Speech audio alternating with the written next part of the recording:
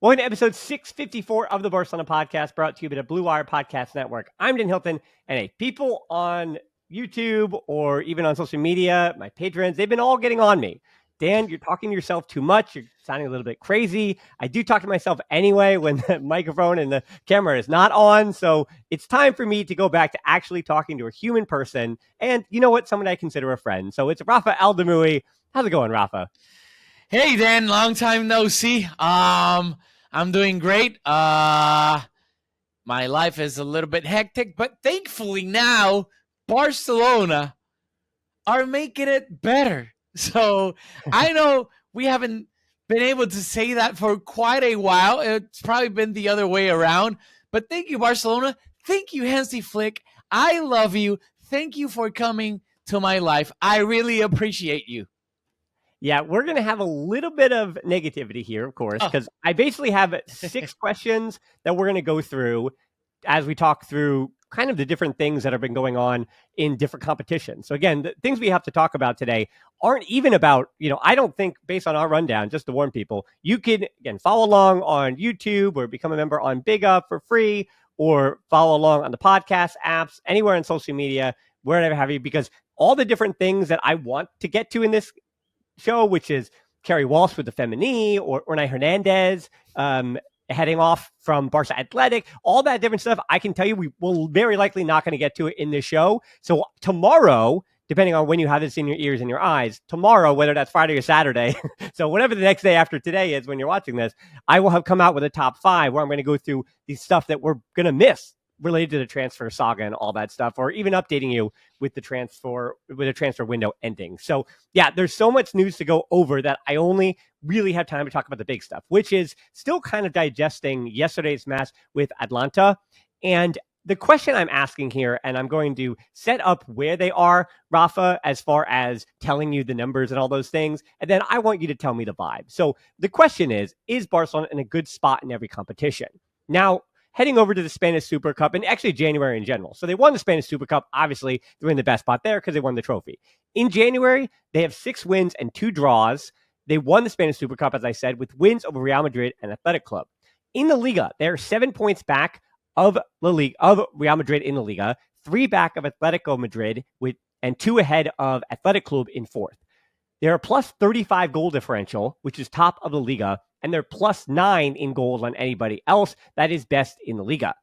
In the Champions League, they are top 2 in the Champions League phase out of 36 teams, again, just behind Liverpool. And Hansi Flick's Barcelona is on a record-breaking streak as far as scoring goals. They scored 28 goals in just 8 games. That is 3.5 goals per game. That is the best average since the European Cup became the Champions League. And they're closing in on their highest goal tally in Europe, set in the 99-2000 campaign with 45 goals in 16 games. So obviously they've played just half of those games. Now, the teams that they could face in the next round, they do get a bye. And then it's PSG, Benfica, Monaco, or Brest. And then looking at the Copa del Rey, they're in the quarterfinals of the Copa del Rey next Thursday against Valencia, a team that just absolutely splattered over the weekend by a not close scoreline of 7-1. And that is the quarterfinal. So if they win that game next Thursday against Valencia, then they're on to the semifinals of that competition. So there was a little bit of gloom and doom. There was some bad form there in December, especially. But looking at how Barcelona are in every competition, how you feeling, Rafa? I'm feeling great. Honestly, I love this team. It's been a while that you see a Barcelona team and it's recognizable for the most part that we dominate games. Yes, there's things that could get fixed. We're not perfect. I completely get it. But it's a team that resembles what Barcelona, in my opinion, should be. Pedal to the metal. We're Barcelona. We are going to try and score 1,000 goals on you. We're going to put fear in Europe once again. Nobody in the world right now wants to face us. I don't care who you are. And it's a feeling that I haven't felt in so much time to be like, hey, we're freaking FC Barcelona. We're here in Europe. We don't have to fear anybody whatsoever. Not Real Madrid, not Liverpool, not City, not even Bayern, who's we say in Spanish, el cuco. Like the chupacabra, like the monster underneath the bed. We exercised those demons in a way with that win against Bayern Munich. So I'm feeling great. Yeah, it's not awesome to be 7 points behind Real Madrid in La Liga, but as crazy as this may sound, I think that's just something that it's a mixture of wrongful referee decisions in some of those games that haven't benefited us, and honestly just shooting ourselves in the foot, because I don't think this team is 7 points worse than Real Madrid whatsoever. So yeah, it's not ideal that we're 7 points behind Real Madrid in the Liga, but we did great in the Super Cup. We trashed them in the final, showing what we can do. We're still alive in the Copa del Rey. We should be heading to the semifinal. It's a competition that, knock on wood, we should be able to be competing in the final against whoever that may be. In the Champions League, we got a bye. That's awesome. That's 2 games that we don't have to worry about fatigue, injuries, cards, and whatever. So those are 2 games that Real Madrid, the team that's ahead of us in La Liga, like in first place, I mean, because Atletico's also ahead of us. But those are 2 games that I don't care if they end up playing Celtic. Those are 2 games that they're going to have to play. It's fatigue. It's more minutes. Whether they end up slipping in the Champions League or in La Liga, something's got to give for them. And that's an opportunity for us to either take points back from them in the league, or God knows if they face Celtic, you would imagine they will go through, but to what extent when then they have to face somebody else in the round of 16. So honestly, I think we're doing great with what we have, with the team that we have, which could be way better. Hansi Flick, honestly, don't get me started on Hansi Flick, because I'm gonna build him a statue outside my house. I know it's early. There's still a lot left to play for in all competitions, but honestly, so far we don't know what's gonna happen until the end of the season. But I'm loving this team, and I'm loving what Hansi Flick has done with it.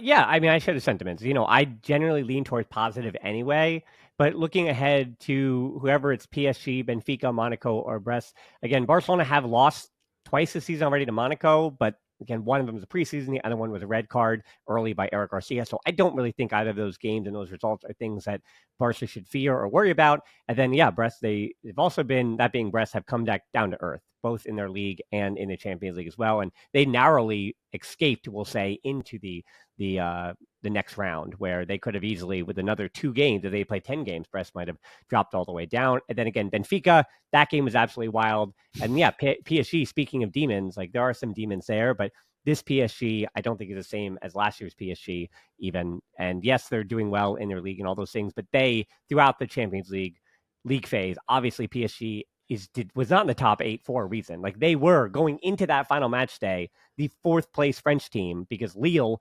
automatically qualified with the top 8, and then Monaco and Brest started the day higher than PSG. So it's not like their European form, same with Bayern Munich and Real Madrid. Like that's one of the arguments. Actually, Man City is the best example of this with Bruges. Like I don't want to do a non sequitur right now about the Champions League phase. I think there are enough people giving their opinions on that. I think it'll be a few years before I can really assess, okay, is this better or worse? Like, what does this look like? Because truthfully, it's basically the same thing. Like the big clubs had more opportunities than normal to qualify. So like on merit last season, maybe only one of PSG, Bayern Munich, Real Madrid, and Man City, based on the results that they got, would have made the next round, or they would have been second in their group, or whatever it is, right? So some of those big clubs would have been punished, and they weren't punished this year. So it really is just like, basically feels like a European Super League, except you get a few more teams in there, and there's revenue for everybody, for which Barcelona, because they finished second, got a nice little payday. So that is pretty nice as well. Again, other clubs, and how about this? I want Barcelona to get back to a place, Rafa, where I don't care about the payday, right? Like I don't want to have to think about that and figure out what number is that. Let me add that to the budget and take my calculator out. I would just love to like not have to worry about that and deal with the vibes. But let's jump into some of the questions though, because as far as how Barcelona is, I just want to kind of recap because the Champions League group stage is done. And now I feel like Barcelona is now moving into the important part of the season. I know they already won the Spanish Super Cup, but now with the league phase of the Champions League ending and now the Copa del Rey being in the quarterfinals, like basically every match now, you're 7 behind the Liga. So every point matters in the Liga. Every Champions League match now matters, right? Like, because that game against Atlanta did not actually matter, right? Like, we know that. It didn't actually matter. The 2-2 draw was fine. So the Champions League matches now matter. Quarterfinals of the Copa del Rey, that matters, and 7 points back. So every game now here and out for Barcelona matters in some kind of way as you look to try to win 3 trophies and make it 4 for the season. So one of the players that is probably going to be essential to doing that, not probably, definitely essential, we're starting this by the conversation about Szczęsny. Because, Rafa, my question is, why is Flick going with Szczęsny? And why I'm going to throw it to you, let me set the stage for this. I've been saying on the watch along now, and there's a bit of egg on my face because after the first error, I was like, okay, it's 50-50 anyway. Look at the competitions. Maybe they split it the way Ter Stegen and Bravo did now going on 10 years ago. And then the second error happened. And I'm like, well, I think Peña should probably get a start in the next game. And then Szczęsny started again. And it was, 3 penalties in 4 games. And now even this last game against Atlanta, he didn't make mistakes, but there were moments where you felt like he had it in his own head. And so from a tactical perspective, I even broke down with my first headline from Atlanta yesterday about how I don't know if Peña actually solves these problems. I don't know how much better Peña is than Szczęsny with his feet, but Szczęsny doesn't have that ball up through the middle especially against a team like Atlanta. It showed you perfectly that a team that presses well, Szczęsny and Araújo and Koundé together are susceptible to a press. That is what we learned from Atlanta. My only thing is, how often is Barcelona really going to face a team that can press that well? Because Atlanta play and won the Europa League last season because they play a really special brand of pressing, and they have those fullbacks, which is, those Italian fullbacks like we see Inter Milan playing in the same way right now, where they're not really 5 at the back. It's those fullbacks that get forward and are really dangerous. So I think Atlanta play in a particular way that Barcelona won't be seeing unless they see them again in the Champions League. But I think you saw in that game against Atlanta, and even the mistakes he's made, even if he gets rid of the mistakes, I don't know what Szczęsny gives you and provides you other than that intangible experience that Peña doesn't give you. But it seems like Flick, it seems like it's a 1 and a B. Or, sorry, an A and a B, or 1 and a 2. It does seem like Peña is now the backup again to Szczęsny. The only difference is that Szczęsny's leash is smaller than Ter Stegen's, where Peña will get time, whereas if Ter Stegen was healthy, Peña wouldn't see the field at all, right? And now there's a chance that Peña, maybe he'll start against Alaves this weekend, but it does feel like Szczęsny is the 1 and Peña is the 2 now, and I just can't really get to the bottom of understanding as to why Flick is doing that. I mean, I'd love to be able to say something that is going to help us go viral, Rafa, but I don't know. That's what I'm going to go with. I don't know. It's quite interesting because I don't think there's a clear-cut answer. It's not like, why are we starting Szczęsny when we have Iñaki Peña? Because Iñaki Peña is not that great to begin with. But then again, you see the horrors, like pinpoint horrors that Szczęsny has done, and you're like, then why the hell are we starting Szczęsny and not Iñaki Peña? But then you remember, is Iñaki Peña that much better? So I think anybody could have a good case for both, honestly. Yeah. I think if you say, like, I wouldn't debate or like put my hands on my head and like, oh my God, why are you saying that? Because if you're Flick and you're like, well, Iñaki Peña, did you lose him for the entire season now mentally? Now that he knows that he's not the starting goalkeeper for Barcelona, or not even the starting goalkeeper, but there's not a Claudio Bravo, Ter Stegen situation like in the 2014-2015 season. Like Szczęsny so far is starting everything. It's not like one has one competition and the other one has the other one. So that's a question that I don't have the answer for. Like you said right now, if Iñaki Peña starts the next league game, are you going to give him all the league games now because we're 7 points back? Let's say we drop more points and we're further behind Real Madrid. You're like, well, whatever. Iñaki Peña, it's your time now in case Szczęsny becomes so unbearable that I need you to be ready just in case. Or he gets or hurt. He gets hurt. Or a recently retired player who smokes a lot of cigarettes gets hurt. Like, Exactly. Crazy thought.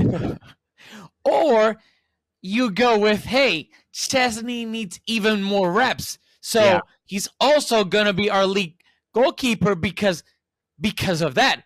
He was retired. So if you want to be the devil's advocate, you could be like, yeah, his footwork is not going to be at Iñaki Peña's level because he was never that kind of goalkeeper, but his errors had more to do with timing. Mm-hmm. He's not timing things like he should because he hasn't played in 6 months. So every time he needs to come out against Benfica, against Real Madrid, that Mbappe, where he got the red card, I'm missing more games, more errors, but you know what I'm trying to get at. To me, it's because I'm trying to separate two things, because when there's shots directed at him, I think he's done fairly well. I might add even better than Iñaki Peña. But in those one-on-one situations where he has to come out, it's very clear that he's not timing things well. He's one step behind everything. So do you have faith that if he gets more rep, he will eventually, sooner rather than later, get back to the point where he was before retirement? Or are you thinking he's a lost cause? Those 6 months, you can't get back those 6 months at that age. Mm-hmm. And you're thinking we're better off with Iñaki Peña. I have no idea, and I think it's very possible that you could argue for both cases. So I wouldn't, there's things that I hold dear to my heart, Barcelona players and whatnot. But with this one, I think you could have a great argument for both Iñaki Peña or Szczęsny. Yeah. Then the inverse is you have an argument against each of them as well. As good as Peña, I think, has improved this season, and it looked at times like the number one, there were still moments too. So if you thought Szczęsny Peña was a hard choice, Hansi Flick is going to have a terrible choice to make. I mean, or a good problem to have. This next question is rough. Is Iñigo Martinez? And this is based on Atlanta. So again, you look at that through jaded glasses, I guess, because of just how significantly important Atlanta's press is to teaching us a lesson, I guess, about Araújo playing out of the back. But is Iñigo Martinez a starter in big games over Ronald Araújo? Right? Okay. I've been one of the biggest Ronald Araújo fans since he got to Barcelona. But, and there's always a but, his last year with us, on the field and off the field, his last year has been so wow. Like, I'm in Spanish, decepcionado. Like, I'm trying to figure that word out in English. I would say disappointed. I would say slightly error prone. Yeah, I wouldn't say error prone, but I'd say slightly error prone. Just not his best level. No, because on the field, we know what he's good at and we know what he's not good at. That's like, there's no in between with Araújo. But then off the field as well, like not being clear every time he was asked about the renewal. A guy that before that was kissing the badge. I want to be at Barcelona. And all of a sudden, like literally, it was a 180. Now he's being ambiguous. He's not like saying anything, leaving it up to the future and only God knows and this and that. I'm like, who's this Ronald Araújo? So between those things, honestly, I've lost so much love for Ronald Araújo. And then you add that Iñigo Martinez has had such an amazing first half of the season before he got injured that if you asked me this question in August, I would have been like, are you crazy, Dan? Like, are we even discussing this on your podcast? Like, Iñigo or Araújo on a big game? Like, what? There's no debate. But now, obviously, we'll have to see how Iñigo Martinez comes back from the injury. But if he comes back, like, with the same level that he had before that, right now, I think Iñigo Martinez is a starter. And I don't care about Araujo's feelings. If he gets butthurt and starts putting on faces and whatnot, there's a reason why they didn't show his release clause.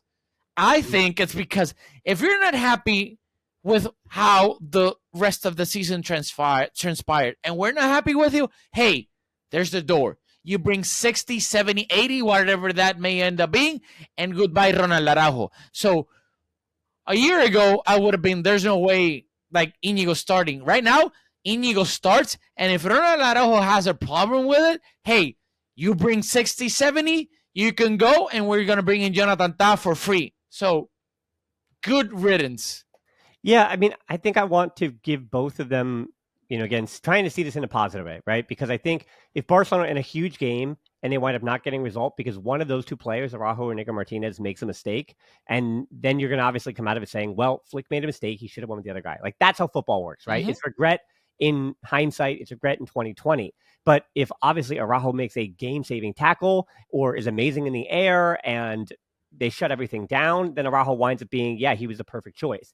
If you're looking to play through the opposition and Barcelona are able to inflate the score because Iñigo Martinez and Cubarsí are playing through them, and then on the other end, the defensive end, Iñigo Martinez survives, I think part of it too is we're talking about the future as well. And that's the thing about Araujo, you mentioned about that 65 million euro release clause and his signing renewal, that if it's talking about a singular game right now in the form that both players have been in this season, you have to win trophies when you can win trophies. Like, that's the big argument about mortgaging the future, whatever it is. If Araujo does choose, it's hypothetical.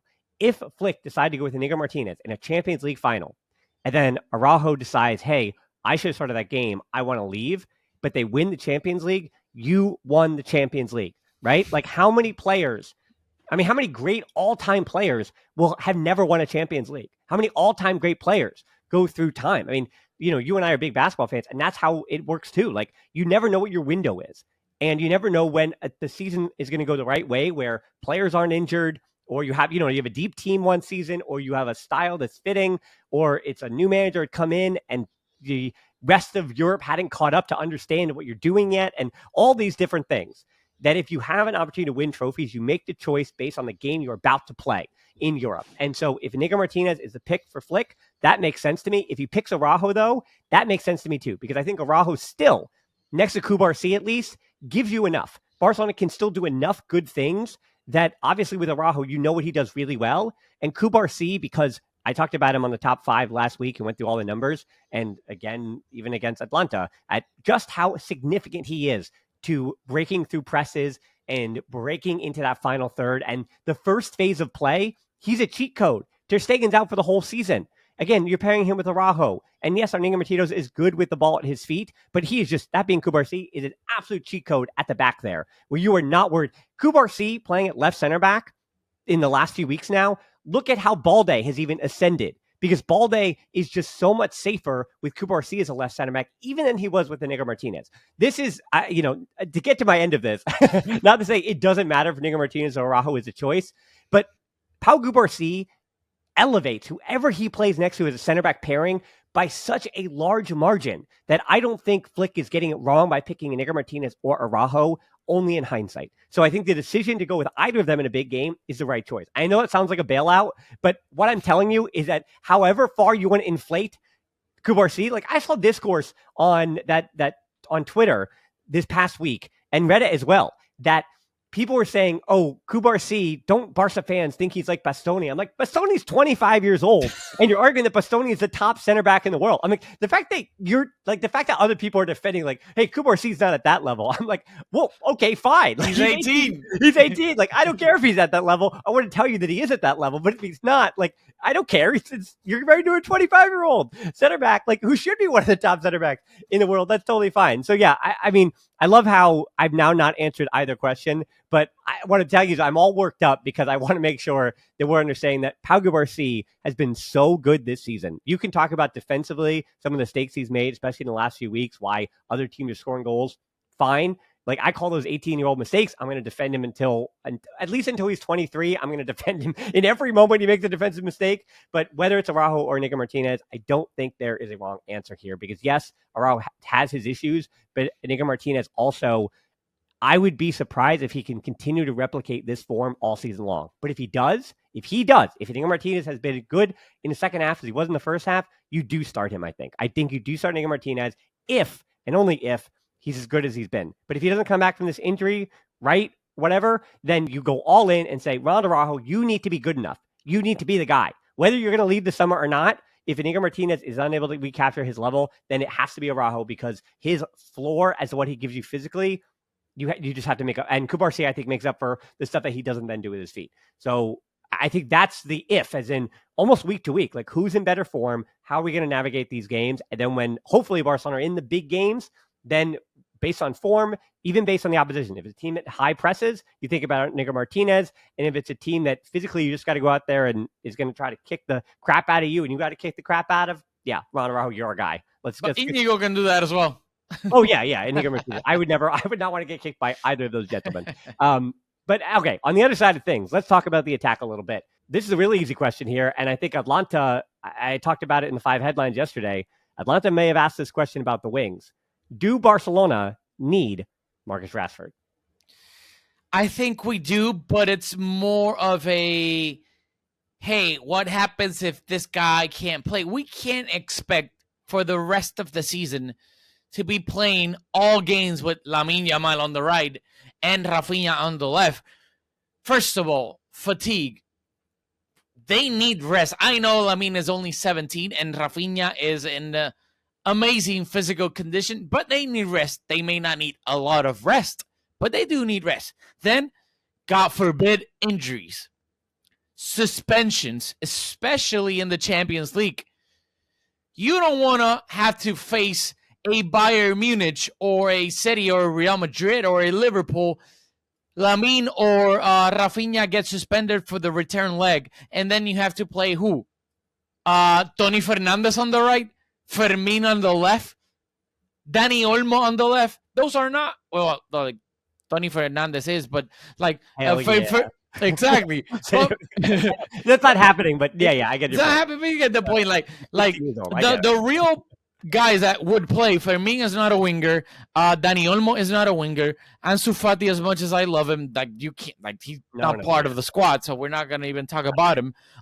So hey, for the rest of the season, having the option of starting Marcus Rashford, hell yeah, why not? Like Ferran, he can fill in everywhere, but where I think Ferran does the best is up front because he's completely different to what Lewandowski brings. So depending on the game, like the talk we were having about Iñigo or Araújo, the same thing could be said about Lewandowski or Ferran. So yeah, if we can do it, why not? Like, it's not like we have an abundance of wingers. So Why not give Hansi Flick that option of having Marcus Rashford? If it doesn't work, who cares? He goes back to United in the summer. Yeah. So what does Barcelona has to lose if they can economically find a way to bring in Marcus Rashford?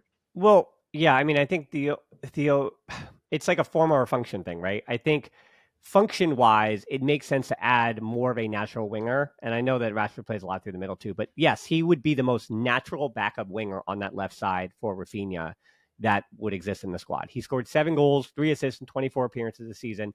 Not great. Hasn't really been playing much at all lately. Obviously, he's been out of the squad because they expect him to be leaving. So you'd also have to recover his form a little bit. And where are you going to get those minutes when you're starting Rafinha and Lamine Yamal pretty much every match? I don't know. So do they need?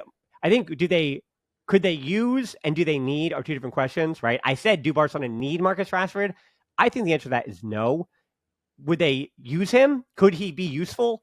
Yes, I think that's true because of the wing depth. But I think we've just talked about big games again. And that's why I asked the first question about different competitions the way I did, because I was setting us up for the rest of this show. I know I actually do my homework to prepare for these shows. But in the case of big games, talking again, if Barcelona are playing big games day in and day out and week in and week out, yes, you get a little slight rotation here and there. But I think even in rotation, right? Like Lewandowski, Rafinha, and Lamine Yamal, they start as your front 3 in every important game you have. And your 10 is either Gabi or Olmo.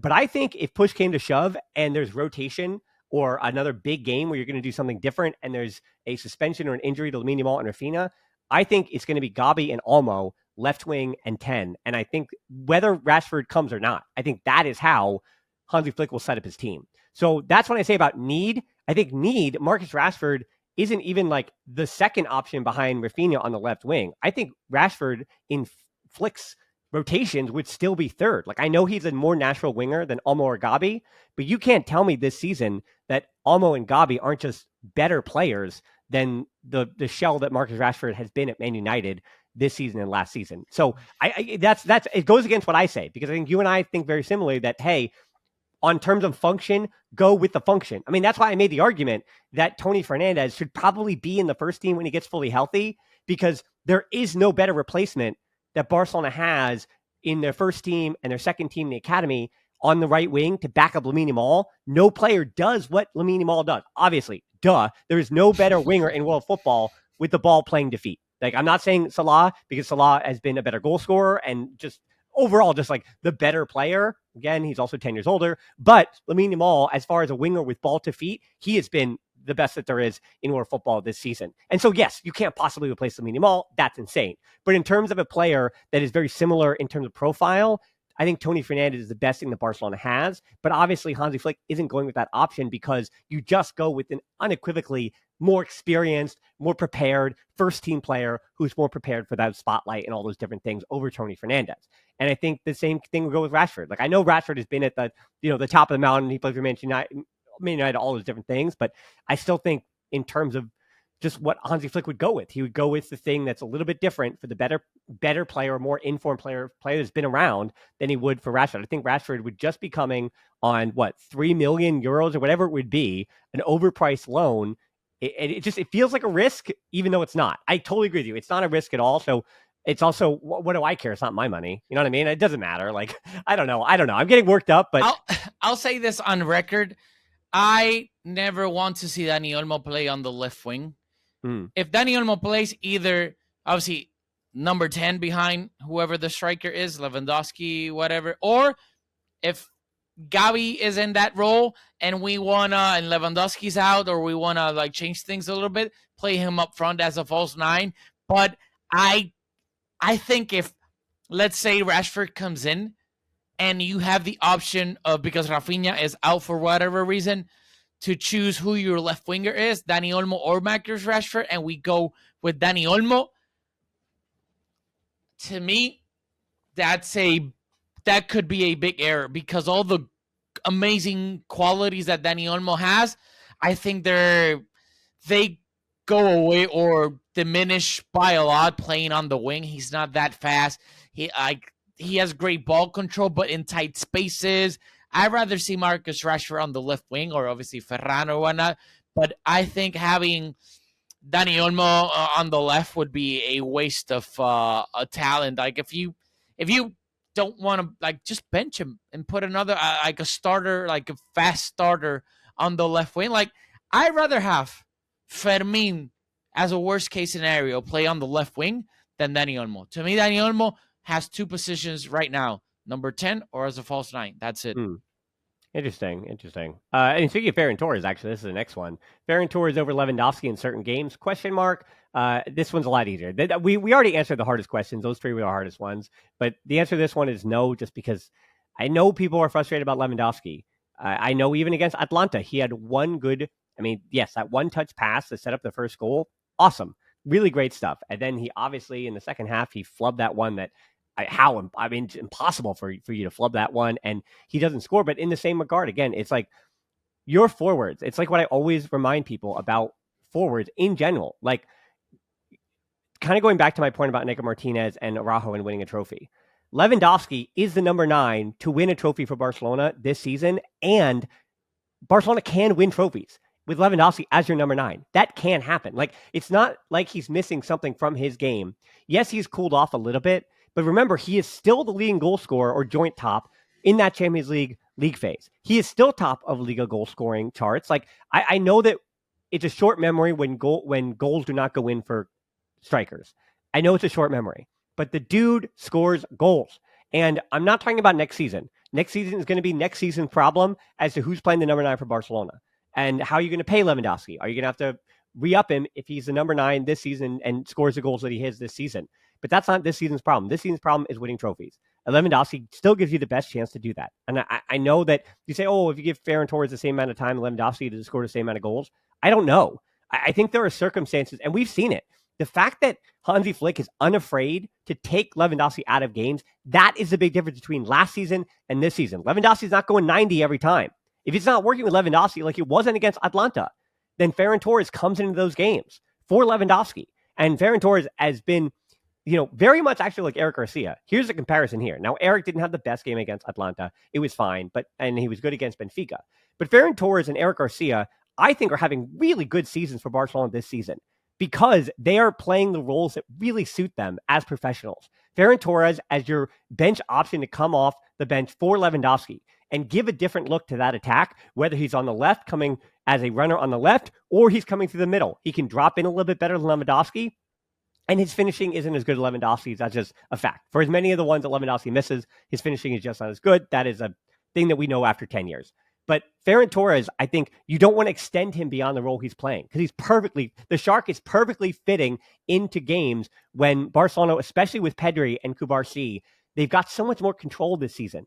De Jong was kind of told, you could feel that for De Jong this season, he's been better the last few months because he's, I guess, been told, either you help be a part of this thing that we control, either you help us keep our head above water in games, or you're not going to play. If you're just going to be helter-skelter and decide to dribble when you want to and not move the ball quickly, then De Jong, you're going to be behind Castro on the depth chart. But De Jong seems to have gotten the message. Eric Garcia seems to have gotten the message. Ferran Torres seems to have gotten the message. And I really like all three of them in particular in the roles they have this season as opposed to last season.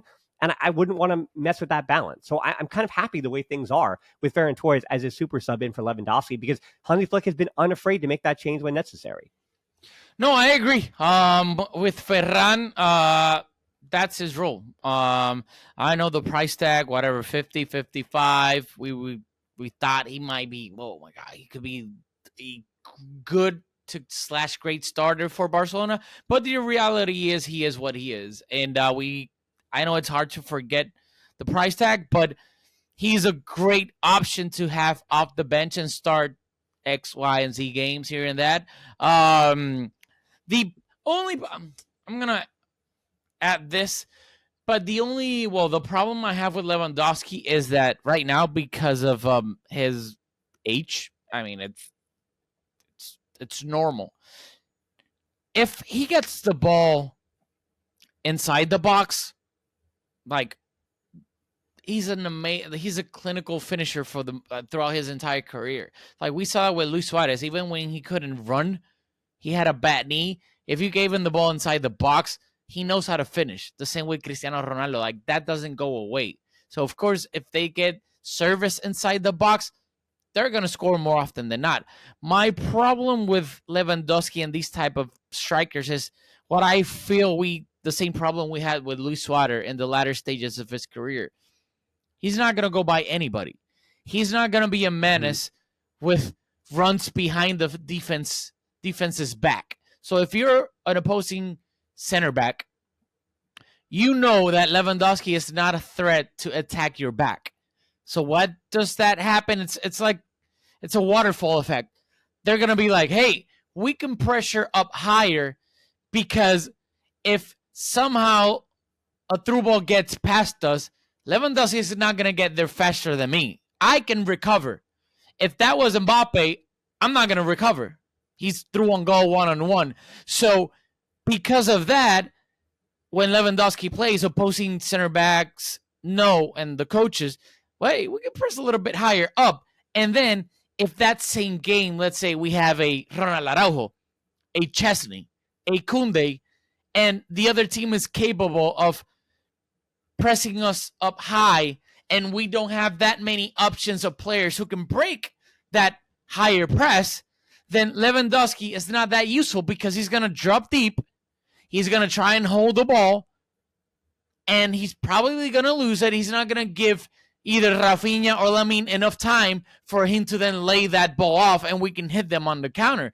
So that's my worry with Lewandowski in that aspect. Depending on the opponent, that's why I think, if obviously that's Hansi Flick's job, not mine, hey, maybe Ferran could be a better option because of that aspect. And that's why I bring up Luis Suarez and why we were, in those latter years, defenses knew, hey, this is not the Luis Suarez of Liverpool. I'm not afraid of this guy running behind me, because if he does, the same thing happened with Fernando Torres after his knee injury. He wasn't Liverpool's Fernando Torres. Chelsea's Fernando Torres, it was a shell of himself because of that. Defenses knew, hey, this guy's not going to beat me in open space, so why should I worry about that? So I just want to put that out there for the record. Then that's my worry with this Robert Lewandowski. It's funny, though, because even Fernando Torres for Chelsea, remember that 2012 season for Chelsea. Like, he had those moments where, like, he's not himself, and yet he still had moments, and Chelsea won the way they did because there were just moments with Fernando Torres when he had to be there. But they won because, let's be clear. He scored that goal, but the reason they won, what they won, there's two. It's Peter Cech and Didier Drogba. Yeah. I know. That's it. I know. Well, Ferran Torres, what I would do, and this is how I'm going to close the show, I would start Ferran Torres against Alaves, honestly, on Sunday morning. That's what I would do. Like, I think Ferran Torres for Lewandowski, I would rotate Lewandowski again the way that they did against Valencia last week. Like, that worked against Valencia, and Alaves is a little bit better than Valencia. It's so weird because in form, Alaves is better than Valencia, but on paper, are they, right? Like, so I would start the way that Alaves plays. I would start Ferran Torres this weekend. So I think for Barcelona, especially with De Jong back now in the way he is, then Olmo will likely not play against Alaves, but he will likely be prepared for the Copa del Rey against Valencia. With the team looking a bit deeper at the moment, right? They are looking a bit deeper. Exactly. Well, we cross our fingers, but with the team looking a bit deeper, again, these are good problems to have. And I trust, going all the way back to 8 years ago, when we're just coming off the Champions League treble, like, even that team, like, you didn't really have a lot of depth. And this is one of the more deep in terms of how many players does Hansi Flick trust? Probably 18. And that is what you need to win a Champions League. 14 is not going to get the job done. Ernesto Valverde taught us that. 14 players trusted isn't going to happen. Right. And even Luis Enrique in his last season, the season after they won the treble, 14 players to trust is just not deep enough for the second half of the season when it's time to win trophies. So I think Hansi Flick does trust about 18 players, and that is about the number you need to get it done and lift some trophies. And he's got some good and bad decisions to make. And if you make the wrong choice, it's in hindsight. But if you get the results, then you wind up making good choices. So, all right, Rafa, I guess I'll give you the final word. Thanks so much for joining the show and coming back. No, thank you. I appreciate it. Honestly, I missed it. I haven't been able, I've been really busy with real life stuff, basketball here in Puerto Rico, trying to make a living. So all the Barcelona content has taken a back seat. I haven't been able, like my YouTube, obviously, haven't been able to go on live for a while. So honestly, I've missed quite a lot talking about Barcelona. So thank you for the invite. And hopefully, crossing our fingers, I think, I don't want to jinx it, but I'm very optimistic that we're going to do really good things this season, and that the future is really, really, really, that's three times really, really bright with Hansi Flick as our Lord and Savior. And if during the summer we're able to get better, economically speaking, which we should be, especially like next season, we should be. Well, let's see if we go back to the Camp Nou this season.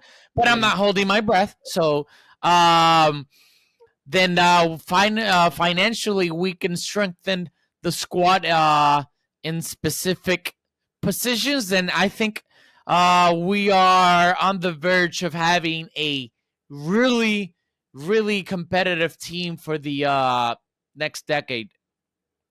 Yeah. So let's not jump ahead to the next decade, and we're talking about Barcelona. So if you do want to chat, you can't wait until the next decade. Sunday morning, 8 a.m. East Coast time. So this is an opportunity for some of our more international listeners to join me on Big Up. You can, with a microphone and a camera, preferably just a microphone, you can come on and chat with me. and that is free to become a member. So please, bigup.com, the Barcelona podcast, or the Barcelona pod, I should say.